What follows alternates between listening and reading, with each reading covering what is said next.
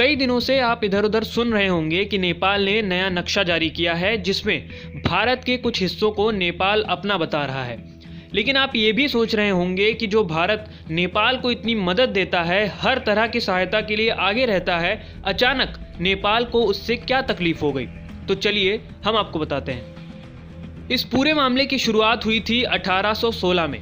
दरअसल 1816 में ब्रिटिश हुकूमत के हाथों नेपाल के राजा कई इलाके हार गए थे, जिसके बाद सुगौली की संधि हुई और नेपाल को सिक्किम, नैनीताल, लिपुलेख, काला पानी और दार्जिलिंग जैसी जगह भारत को देनी पड़ी।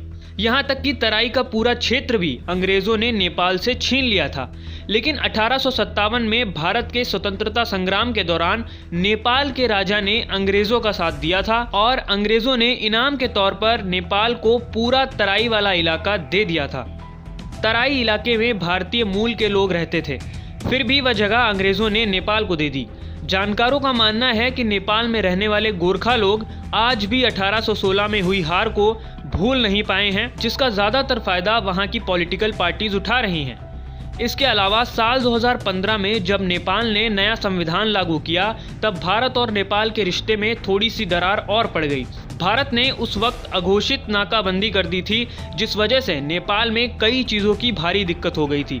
भारत को नेपाल का नया संविधान सही नहीं लग रहा था। इसकी वजह थी नए संविधान में मधेसियों के साथ भेदभाव।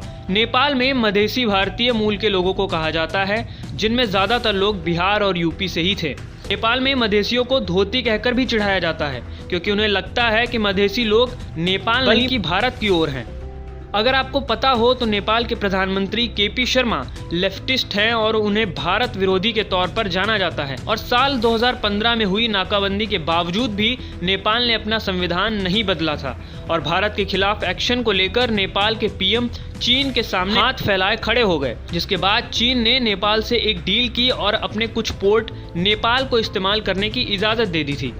यही नहीं, चीन अब नेपाल तक रेलवे लाइंस भी बिछा रहा है और बड़े पैमाने पर नेपाल में इन्वेस्ट भी कर रहा है और माना जा रहा है कि नेपाल की इस हेकड़ी के पीछे चीन भी हो सकता है। नेपाल के इस बर्ताव के पीछे एक वजह और है और वो वजह है काला पानी में भारत द्वारा बनाई गई लिपुलेख मानसरोवर लिंक रोड। दरअसल इस रोड को सिर्फ कैलाश मानसरोवर यात्रियों की आसानी के लिए ही बनाया गया था, लेकिन इस लिंक रोड के चीन और नेपाल बॉर्डर पर सटे होने की वजह से इसकी अहमियत ज़्यादा है। नेपाल इस 80 किलोमीटर लंबी लिंक रोड का शुरुआत से ही विरोध करता आ रहा है। शायद यही कारण है कि नेपाल नया नक्शा जारी कर अपना विरोध जाहिर कर रहा है और कहीं ना कहीं इसमें चीन भी उसके साथ है। हफ्ता वसूल की रिपोर्ट।